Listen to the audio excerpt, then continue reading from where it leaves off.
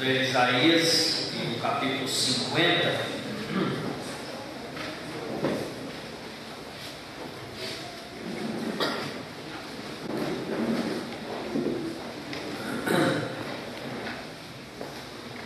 É o terceiro dos 4 cânticos do céu que estamos considerando nesses dias. Ele vai do versículo 4 até o final do versículo 10 desse capítulo. Isaías capítulo 50, versículo 4. Repare na leitura a repetição do título de Deus, o Senhor Deus.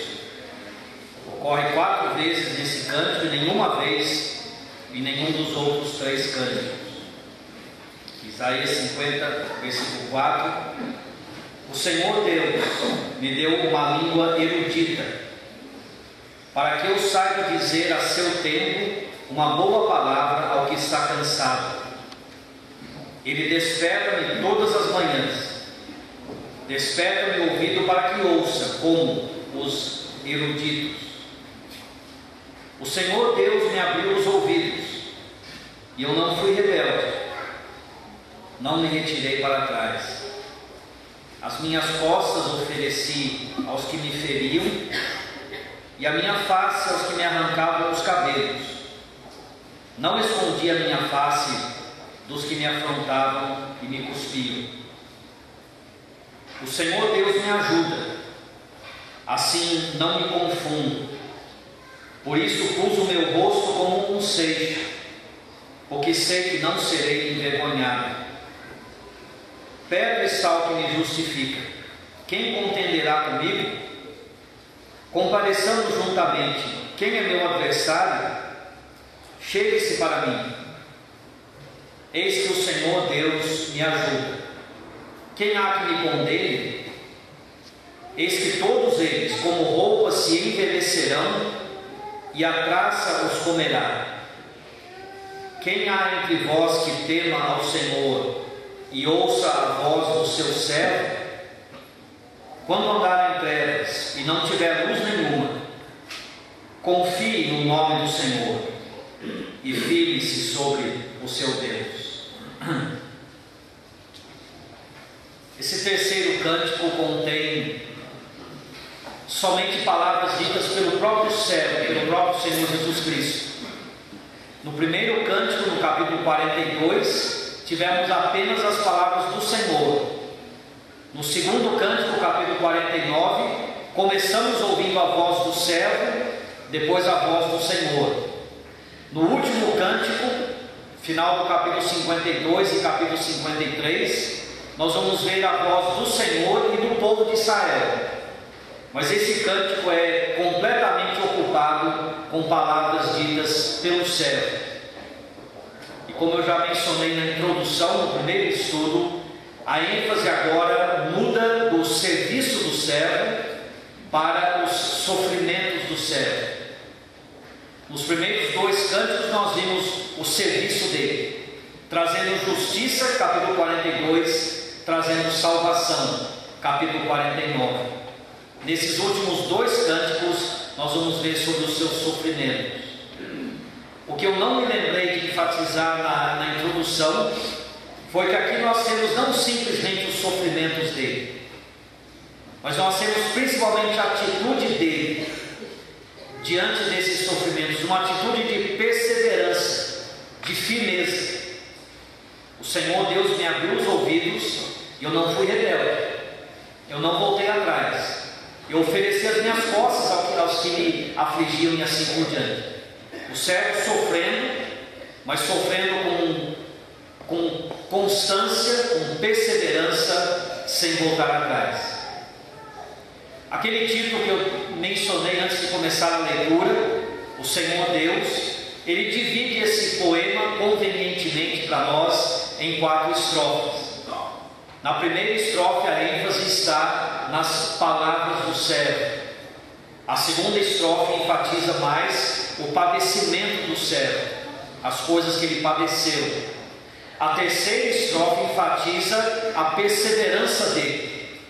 E na última estrofe nós vamos ver a sua permanência, quando os seus inimigos serão destruídos. Tudo começa de uma forma muito poética, muito bonita. O Senhor Deus me deu uma língua erudita, uma língua ensinada, uma língua que fala bem, para que eu saiba dizer uma boa palavra a seu tempo ao que está cansado.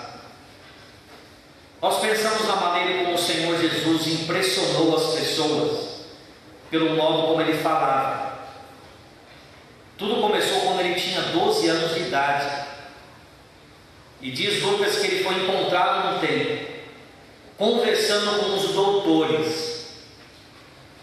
E diz a Bíblia, todos admiravam da sua inteligência e respostas.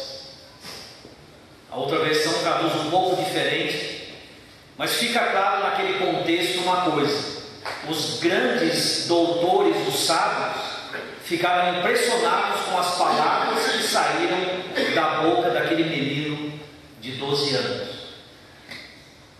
O Evangelho de Mateus nos diz que numa certa ocasião o povo ficou impressionado porque o Senhor falava com autoridade e não com os escribas.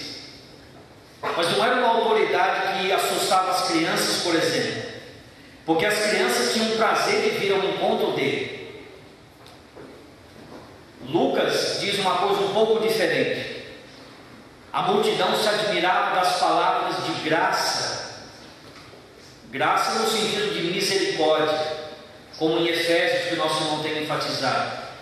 A multidão se maravilhava com as palavras de graça que saíam da boca dele. São muitos testemunhos nos evangelhos acerca de como ele impressionava as pessoas com o seu modo de falar. Um capítulo que é extremamente interessante nesse sentido é Mateus capítulo 22. Mateus relata o que aconteceu num dia.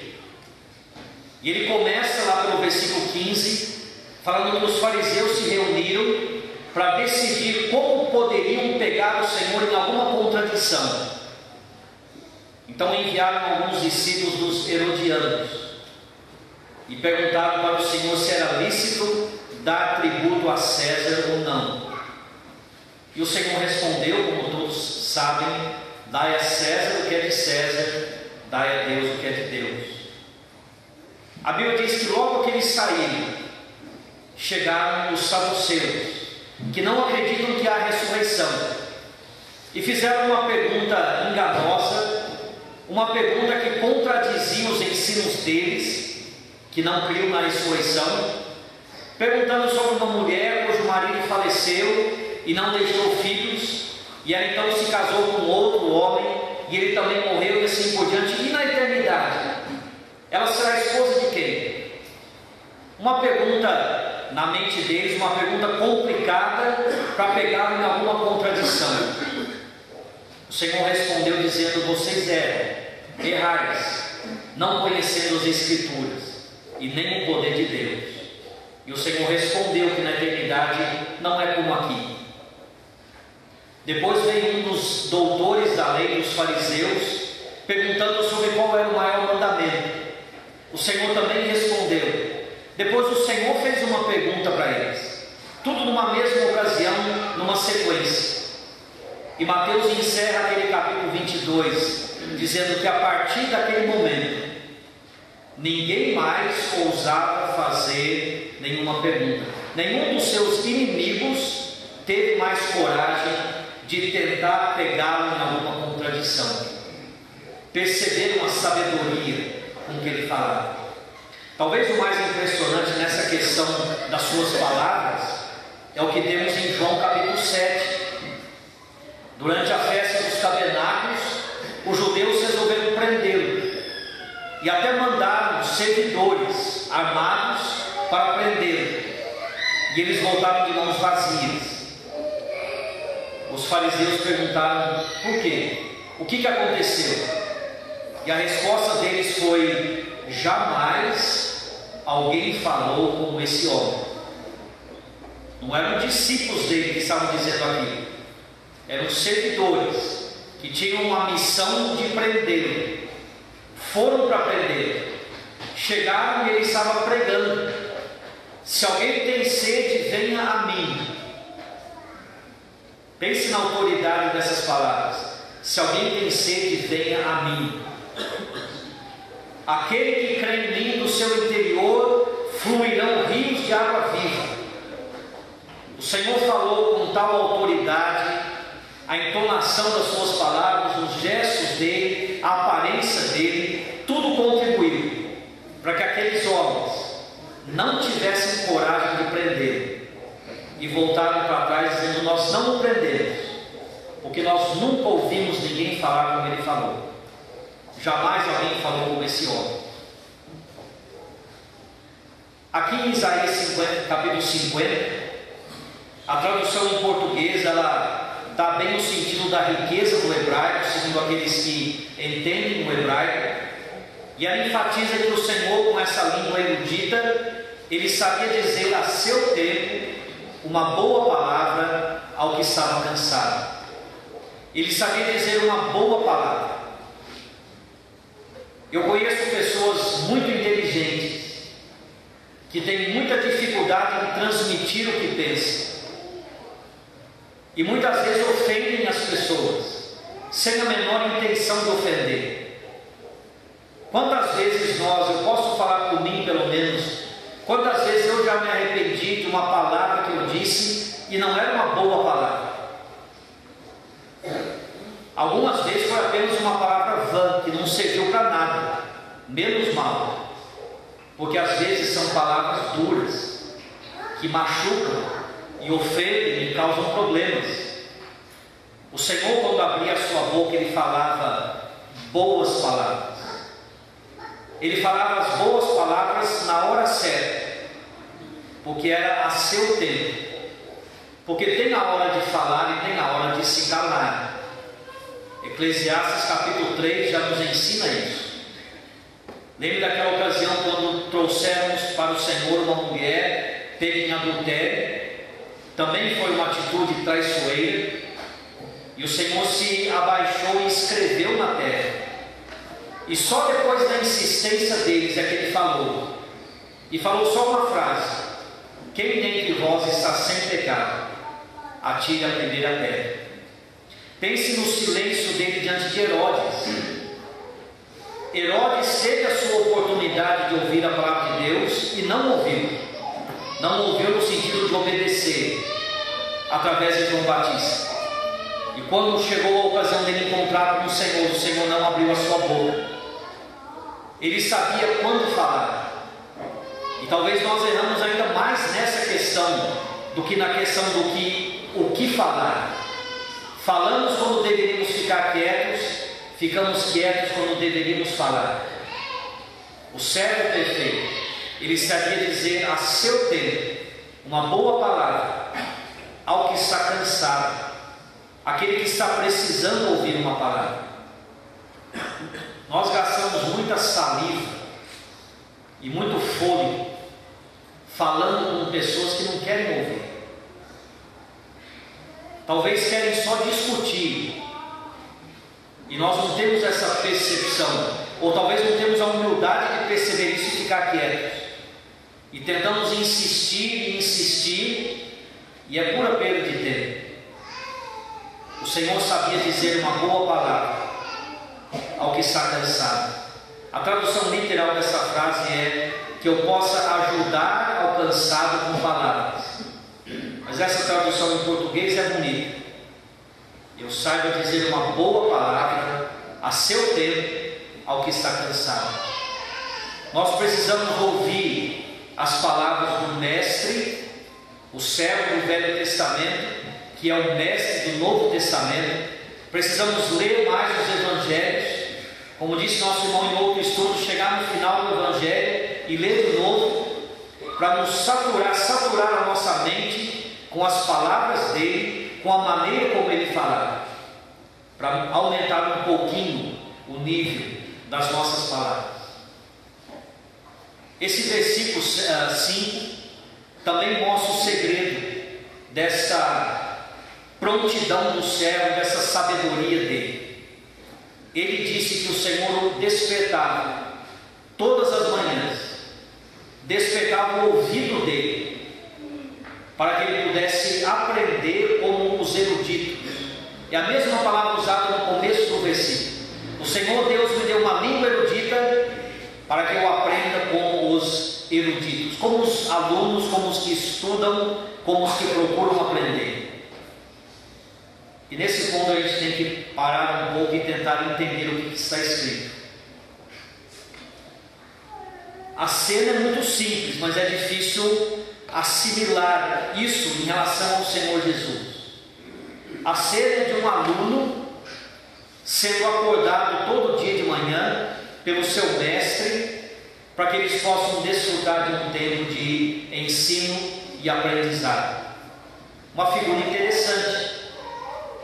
Nós hoje em dia estamos mais acostumados com todo mundo indo para a escola. Antigamente havia mais essa questão de um discípulo com o seu mestre, uma coisa mais individual, um relacionamento mais estreito. E é uma cena interessante.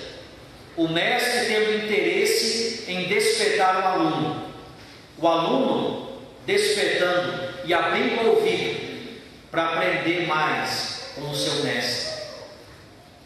Mas o que isso tem a ver com o Senhor Jesus? A Bíblia diz para nós em Colossenses capítulo 2 que nele estão escondidos, nele habita corporalmente toda a plenitude da divindade. E um pouco mais para frente, nele estão escondidos todos os tesouros da sabedoria e do conhecimento.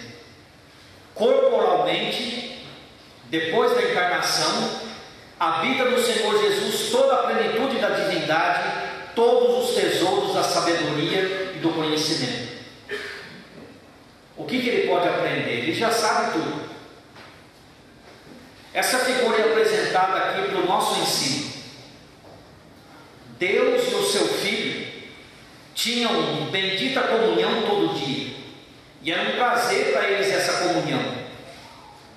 Mas o Senhor se coloca aqui na figura de um aluno, na figura de um dependente precisando aprender, para mostrar para nós a importância disso.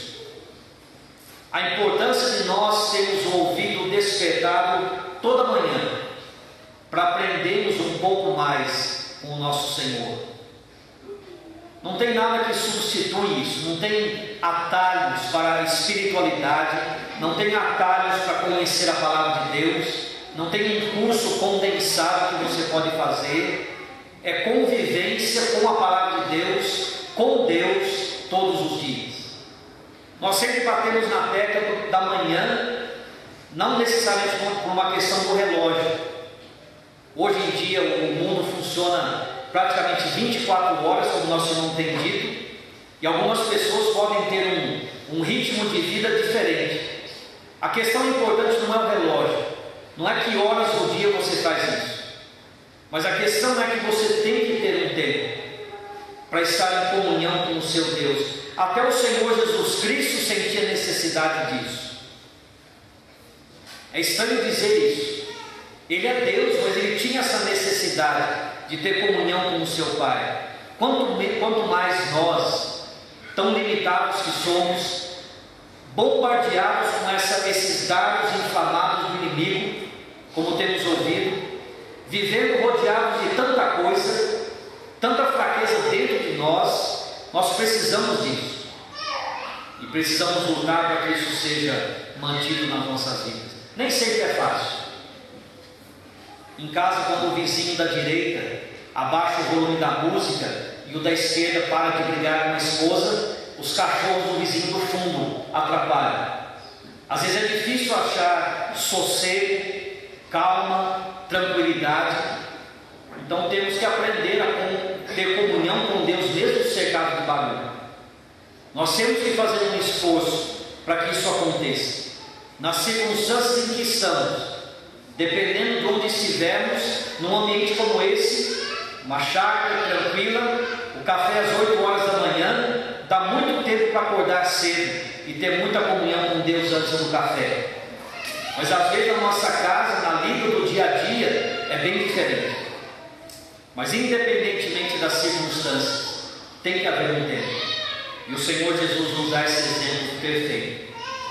Falava bem, falava com sabedoria na hora certa, porque todo dia ele tinha essa comunhão com o seu Deus. O próximo versículo, o Senhor Jesus aparentemente começa da mesma forma. E eu queria ler de novo os versículos 5 e 6, destacando 6 versos, 6 linhas do poema. Versículo 5: o Senhor Deus me abriu os ouvidos, e eu não fui rebelde, não me retirei para trás. As minhas costas ofereci aos que me feriam, e a minha face aos que me arrancavam os cabelos. Não escondi a minha face dos que me afrontavam e me cuspiam. O Senhor começa essa segunda estrofe como se estivesse continuando o mesmo assunto. O Senhor Deus me deu uma língua erudita, Ele me desperta todas as manhãs. O Senhor Deus me abriu os ouvidos. Mas de repente Ele diz: e eu não fui rebelde, não me retirei para trás, não desisti, não voltei para casa. Nós pensamos, mas por quê? O que poderia fazer ele desistir? E depois de dar essa introdução ao assunto, nos primeiros 3 versos dessa estrofe, o Senhor mostra toda a intensidade dos sofrimentos nas próximas 3 estrofes, falando das costas certamente cortadas pelos açoites, falando da face, a palavra hebraica aqui quer dizer o quê? Estamos falando dos cabelos da barba dele que foram arrancados, e depois falando novamente em português a palavra face, mas agora uma palavra que descreve o rosto, não escondendo o rosto daqueles que o afrontavam e cuspiram. Esse servo que conviveu com tanta harmonia e tanto prazer com Deus, sendo tratado de uma forma tão violenta, tão degradante, humilhante pelos homens. É a primeira vez nesses cânticos que nós somos apresentados aos sofrimentos físicos do servo. Mas nessa estrofe tem 2 coisas que se destacam, eu já tenho mencionado, mas eu queria repetir isso e meditar um pouquinho mais nisso. Primeiro, o fato que o Senhor sabia de todas essas coisas, sabia de antemão o que iria acontecer. Ele suportou isso conscientemente, com consciência do que iria acontecer. E segundo, ele deixa bem claro, ele suportou tudo isso voluntariamente. O Velho Testamento está repleto de afirmações que hoje, sabendo da morte do Senhor Jesus, nós percebemos que eram profecias acerca dos seus sofrimentos. Eu já tenho citado várias vezes diversos versículos do Salmo 22, talvez um dos versículos que descreve em mais detalhes os sofrimentos físicos da crucificação. O Salmo 69, o profeta diz acerca dele que o espírito dele estava quebrantado, e eu estou fraquíssimo, disse o servo. No Salmo 129, profeticamente o servo diz: os lavradores araram sobre as minhas costas, compridos fizeram os seus sulcos. A figura de alguém arando a terra, ilustrando as costas do Senhor, rasgadas pelos açoites. Tudo estava previsto no Velho Testamento. Esse texto que lemos hoje foi escrito talvez 7 séculos, 700 anos antes do Senhor Jesus vir, e descreve com muita clareza o que ele sofreu. Ele disse, um pouco antes da sua morte, em Marcos capítulo 10: eis que nós subimos a Jerusalém, e o Filho do Homem será entregue aos principais sacerdotes e aos escribas, e o condenarão à morte, e o entregarão aos gentios, e o escarnecerão, e açoitarão, e cuspirão nele, e o matarão, e ao terceiro dia ressuscitará. Ele sabia de todas essas coisas que iria sofrer. Nós pensamos já num outro estudo sobre João 18. Quando chegaram para aprender, diz a Bíblia, Jesus, sabendo todas as coisas que sobre ele haviam de vir, adiantou-se. O texto está dizendo: o Senhor Deus me abriu os ouvidos, e eu não fui rebelde, não voltei atrás. Essa atitude voluntária dele foi depois que o Senhor Deus abriu os ouvidos dele. Quer dizer, essas conversas matinais em que o pai e o filho, essas, podemos usar a palavra aulas diárias entre o Senhor e o servo, um dos assuntos principais era esse, os sofrimentos do servo. O único meio é esse. Temos uma grande obra a ser feita, mas ela exige muito sofrimento, ela exige muito sacrifício. E o servo diz: eu entendi. O Senhor Deus me abriu os ouvidos, eu ouvi o que ele disse, e quando eu ouvi, eu não me rebelei, eu não voltei para trás, eu continuei caminhando em direção ao Calvário. Como ele vai dizer no versículo 7, pôs o seu rosto como um seixo. É isso que eu tenho que fazer, é isso que eu vou fazer. Essa atitude voluntária dele também enche o nosso coração de gratidão. Uma coisa é sofrer sem você poder medir as consequências. Se um pai ou uma mãe vê o filho pequeno numa casa pegando fogo, é bem provável que, mesmo sendo uma pessoa um pouco temerosa, muitos irão entrar correndo naquele fogo para salvar o filho. Nunca fariam se parassem para pensar no que estava diante deles. Em sã consciência nunca fariam. Mas naquela hora de ímpeto, vendo que a criança está morrendo, eles têm coragem para fazer. Mas nós estamos diante de uma coisa completamente diferente. Alguém que sabe tudo o que vai acontecer, não que sabe o que pode acontecer, como um homem e uma mulher que mede as consequências, mas o Deus onisciente que conhece o futuro melhor do que nós conhecemos o presente, sabendo todas as coisas, diz: eu não fui rebelde, eu não me retirei, eu não dei um passo atrás, eu continuei para frente. É um exemplo para nós, no nosso sofrimento, um exemplo para nos estimular a sermos mais fiéis ao Senhor.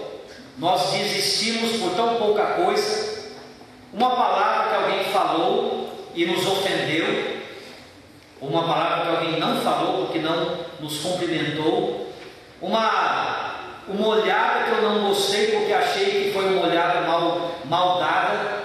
A pessoa não estava com uma aparência muito boa quando olhou para mim, talvez estava com dor de cabeça, coitado, e eu achei que estava chateado comigo. Por tão pouca coisa a gente volta para trás, a gente se ofende, para de servir ou faz coisa pior. Realmente somos exageradamente fracos, dá até vergonha pensar no que já fizemos, no que eu já fiz. E temos um exemplo aqui. Nenhum exemplo pode superar esse, um exemplo perfeito para a nossa obediência.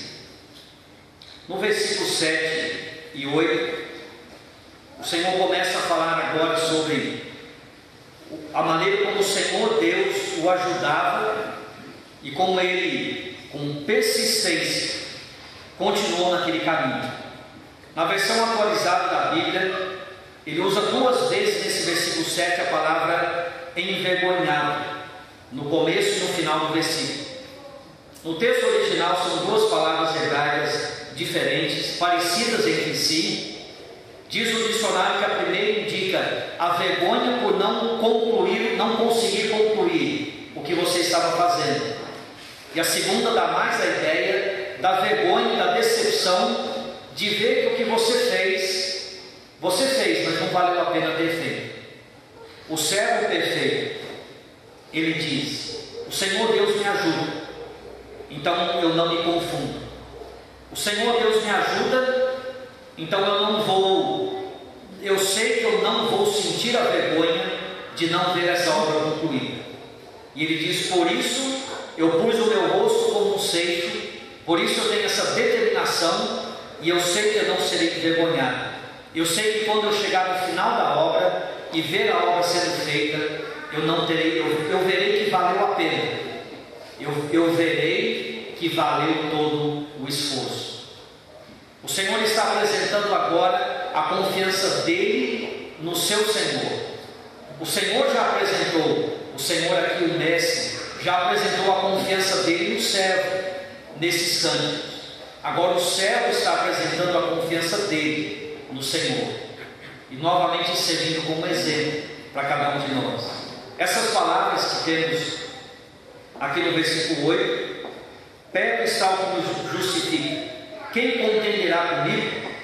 Compareçamos juntamente, quem é meu adversário? Chegue-se para mim.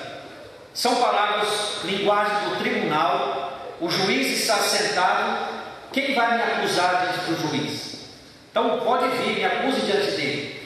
Quem vai ser o meu adversário?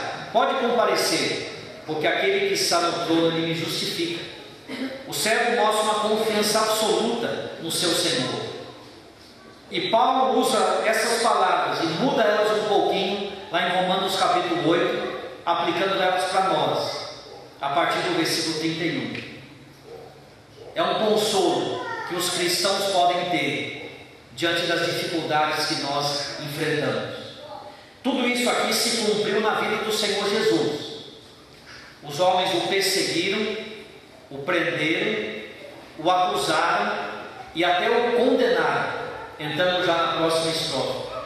Os homens fizeram tudo isso contra ele, mas o final da história ainda está para ser escrito, ainda está para ser cumprido.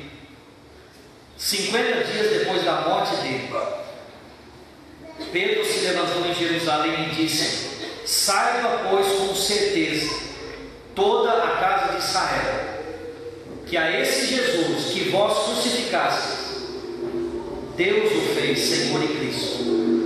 E o servo aqui está dizendo de antemão, indo para enfrentar esses acusadores, ele está dizendo para todos eles: podem me acusar, eu sei quem me justifica, eu sei quem está do meu lado, o Senhor Deus me ajuda.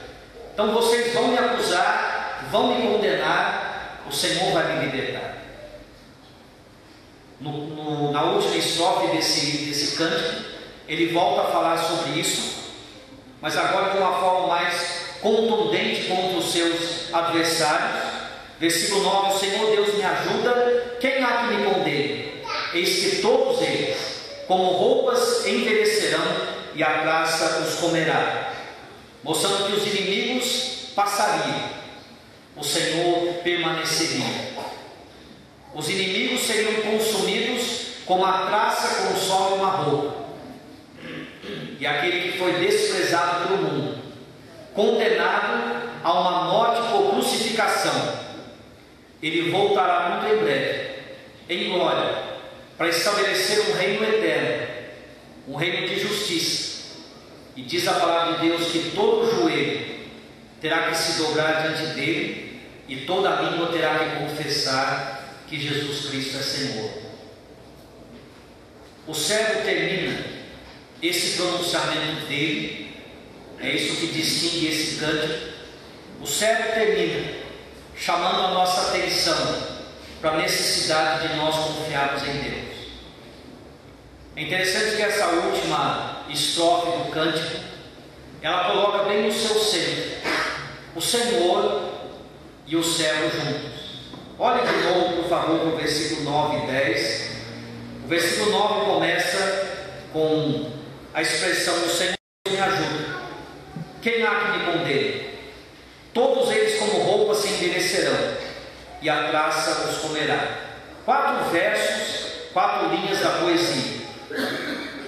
O versículo 10 diz, lá no meio do versículo: quando andar em trevas e não tiver luz nenhuma, confie no nome do Senhor e firme-se sobre o seu Deus. Mais 4 versos, 4 no começo, 4 no final da estrofe. E bem no meio dessa estrofe, o servo diz: quem há entre vós que tema ao Senhor e ouça a voz do seu servo? E nesse disco, nesses 2 versos, ele coloca lá a palavra o Senhor, Jeová e o servo. E ele dá um conselho para aqueles que temem ao Senhor e para aqueles que se submetem à palavra do servo. Ele diz: quando você andar em trevas, quando você não tiver luz nenhuma, não precisa se desesperar. Não precisa pensar que o mundo acabou e que a sua fé falhou. Fique tranquilo. Quem está dizendo isso é alguém que passou pelo vale mais profundo que existe. Alguém que bebeu o cálice mais amargo que existe. E esse servo diz: se você teme a Deus, se você dá valor à minha voz, então quando você estiver nessa situação, quando parecer que tudo acabou, então confie no seu Deus, firme-se sobre o seu Deus, deixe tudo nas mãos dele. O servo fez isso. Acusado, condenado, ele disse: o Senhor Deus me ajuda. Os outros me acusam, o Senhor me justifica. Eu confio nele, ele está agindo por mim. E essa aplicação que Paulo faz em Romanos, você pode meditar nisso depois, nosso tempo já acabou, mas é essa aplicação que Paulo faz. Se Deus é por nós, quem será contra nós? Quem intentará acusação contra os escolhidos de Deus? O servo mostrou o exemplo, e isso nos anima e nos conforta.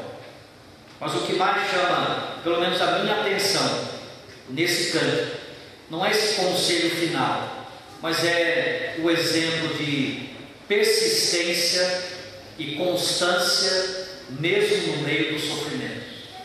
O servo sabendo de tudo, virando as costas para quem queria açoitá-lo, oferecendo o rosto para quem queria arrancar a sua vara, sem medo das ofensas, cumprindo a obra que o Pai lhe deu a cumprir.